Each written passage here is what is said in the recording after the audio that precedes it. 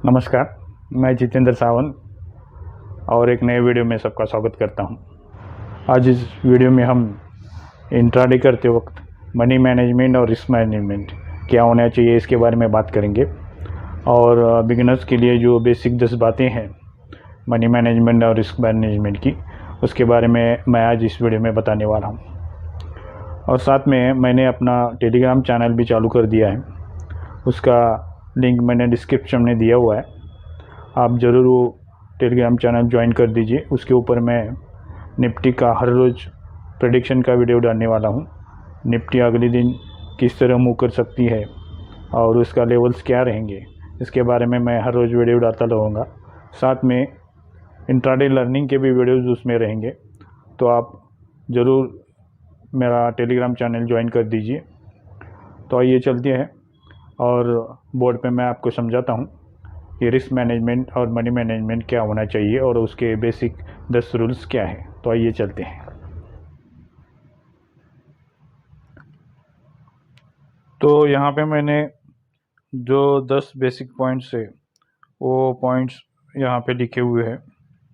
मैं वो 10 पॉइंट्स आपको एक एक करके एक्सप्लेन करके बताऊँगा। तो पहला जो रूल है वो है 25% कैपिटल ट्रेड।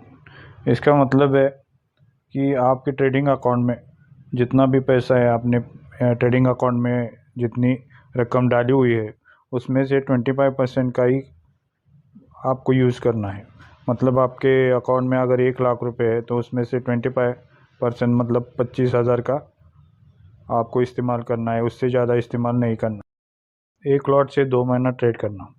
अगर आप बिगिनर्स हो, नए हो और ऑप्शन बाइंग में काम करते हो तो आपको पहले 2-3 महीने के लिए तो एक लॉट से ही काम करना है, चाहे आप निफ्टी में काम कर रहे हो या बैंक निफ्टी में काम कर रहे हो। एक लॉट से ऊपर आपको काम नहीं करना है। पहले 2-3 महीने एक लॉट में ही काम करना है। ये बहुत इम्पोर्टेंट रूल है और उसको आपको ध्यान में रखना है। रूल नंबर 3, स्टॉप लॉस लगाना ज़रूरी है। ऑप्शन बाइंग में स्टॉप लॉस बहुत ही ज़रूरी है, क्योंकि अगर स्टॉप लॉस के बिना आप ऑप्शन बाइंग करोगे तो कभी कभार तो एक ही कैंडल में आपका सब कैपिटल ख़त्म हो सकता है। तो स्टॉप लॉस लगाना ऑप्शन बाइंग में तो बहुत ही इम्पोर्टेंट है। तो आपको स्टॉप लॉस लगा के ही ऑप्शन बाइंग में काम करना है। नंबर 4, स्टॉप लॉस 20 पॉइंट का।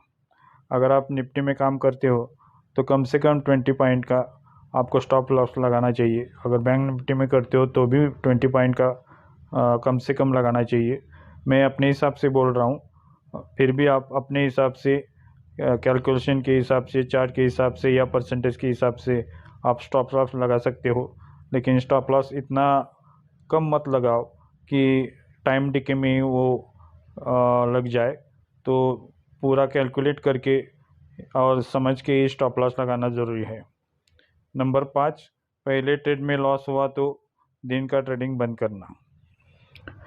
समझो अगर आपको पहले ट्रेड में लॉस हुआ तो आपको क्या करना है कि जैसे ही लॉस होता है तो उसके बाद ट्रेडिंग अपना बंद करना है।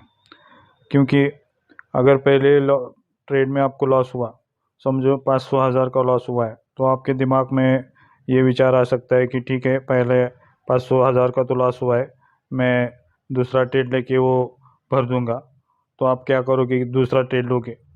समझो उस ट्रेड में आपका 1,500 का प्रॉफिट हुआ और आपका जो भी लॉस हुआ था वो भर के वापस आ गया। तो फिर आपको लगेगा कि अभी अभी तो मेरा जो लॉस हुआ है वो भर गया है, मैं तीसरा ट्रेड ले लेता हूँ। और उस ट्रेड में ऐसा भी हो सकता है कि जितना आपने प्रॉफिट पहले कमाया था वो भी जा सकता है और उससे भी ज़्यादा भी जा सकता है। ऐसे करते करते आपका ओवर ट्रेडिंग हो सकता है और उसी वजह से आप पूरे दिन में लॉस में जा सकते हो। इसलिए जैसे ही आप बिगिनर हो, नए हो, तो जैसे ही पहले ट्रेड में आपको लॉस होता है तो उस दिन का ट्रेडिंग आपको बंद करना है और दूसरे दिन अपने अच्छे दिमाग से आप नया ट्रेडिंग दूसरे दिन चालू कर सकते हो। तो उसमें आप कामयाब ज़्यादा हो सकते हो। तो उस दिन का जब भी लॉस होगा, तो जिस दिन लॉस होगा उस दिन आपको ट्रेडिंग बंद करना है। छठा नंबर का, पहले ट्रेड में प्रॉफिट हुआ तो प्रॉफिट का 50% का स्टॉप लॉस दूसरे ट्रेड में रखना है। इसका मतलब समझो आपको पहले ट्रेड में अगर 1000 रुपये का प्रॉफिट हुआ है तो उसमें से 500 का आपको स्टॉप लॉस लगाना है, क्योंकि अगर स्टॉप लॉस दूसरा लग जाए तो भी आपके पास 500 का प्रॉफिट बचा रहेगा। और इसलिए जितना भी आपको प्रॉफिट मिला है पहले ट्रेड में उसमें से 50% का ही आपको स्टॉप लॉस लगाना है। 8वां रूल, जो भी प्रॉफिट होगा वो उसी दिन अपने बैंक में ट्रांसफ़र कर देना है।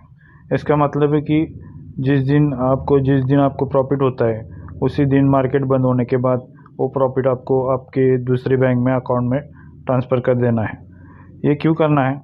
अगर आप बिगिनर हो और ऑप्शन बाइंग में नए हो तो आपको ये ज़रूर करना चाहिए, क्योंकि क्या होता है जैसे ही आपका कैपिटल बढ़ता जाता है, आपका प्रॉफिट बढ़ता जाता है, और जैसे आपका कैपिटल बढ़ेगा तो आपकी लालच बढ़ेगी।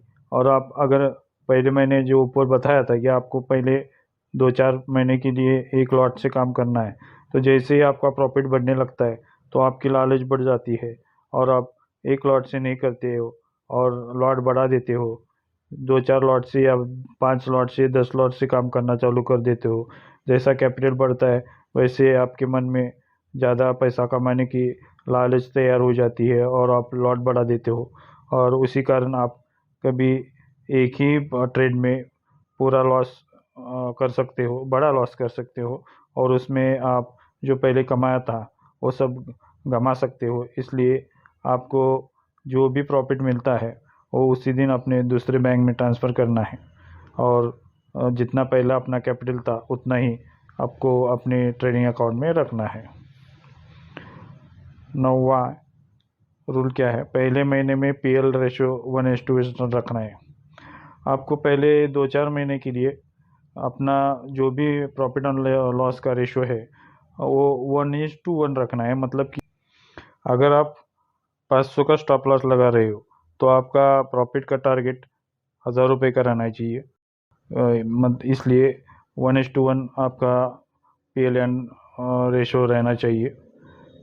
उसी हिसाब से आपको काम करना है, और इस तरह आप जो काम करोगे तो एंड ऑफ द मंथ आपको पता चलेगा कि आप अच्छी तरह से प्रॉफिट में आ गए हो। तो इसलिए ये रूल बहुत ही इम्पोर्टेंट है। 10वां रूल, 2 महीना प्रॉफिट में रहने के बाद ही लॉट को बढ़ा देना है। इसका मतलब है कि अगर आप कंटिन्यूसली 2-3 महीने के लिए प्रॉफिट में रहते हो और अच्छा खासा प्रॉफिट कमाते हो तो ही आपको अगले महीने से 1 या 2 लॉट बढ़ाने हैं, ज़्यादा नहीं बढ़ाने हैं।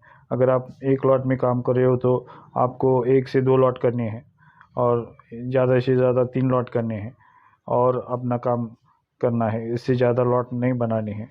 और जैसे जैसे आपका प्रॉफिट बढ़ता जाएगा और जैसे आपको अपने ट्रेडिंग के ऊपर भरोसा आ जाएगा, वैसे वैसे आप अपना लॉट बढ़ाते जाना है, उससे पहले लॉट नहीं बढ़ाना।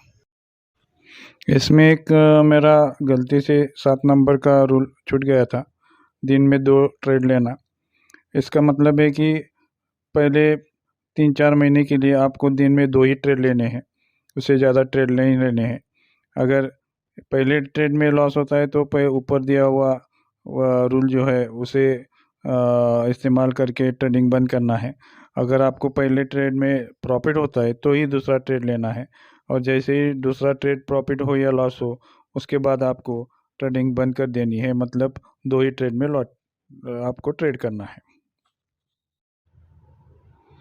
इसलिए मैंने अभी जो ये 10 बेसिक रूल्स बताए वो बहुत ही महत्वपूर्ण है, और ज़्यादातर ऑप्शन बाइंग में ये बहुत ही महत्वपूर्ण है। इसलिए आपको इस पे ध्यान देना है। और बहुत से रूल है, लेकिन बेसिक जो बिगिनर्स है जो अभी नए हैं इनके लिए ये 10 रूल तो बहुत ही इम्पोर्टेंट है, और इसी हिसाब से ये रूल समझ के आपको काम करना है, तभी आप एक अच्छे प्रॉफिटेबल ट्रेडर बन सकते हो। तो जो भी मैंने अभी इस वीडियो में आपको बताया है वो शायद आपको समझ में आया होगा, ऐसे आशा करता हूँ। तो इस वीडियो के बारे में आपके जो भी विचार है वो नीचे कमेंट में ज़रूर लिखिएगा, ताकि मुझे पता चले कि आपके विचार क्या है। और अगर कोई आपके प्रश्न हैं तो भी आप नीचे कमेंट में आप मुझे पूछ सकते हो, उसका जवाब देने का मैं ज़रूर प्रयास करूँगा। तो इस वीडियो में मैंने जो भी बताया वो आपको अच्छा लगा होगा, तो आप ज़रूर मेरा ये वीडियो लाइक, सब्सक्राइब और शेयर कर दीजिए। तो चलिए इस वीडियो में इतना ही, फिर मिलते हैं एक नए वीडियो में। जय हिंद।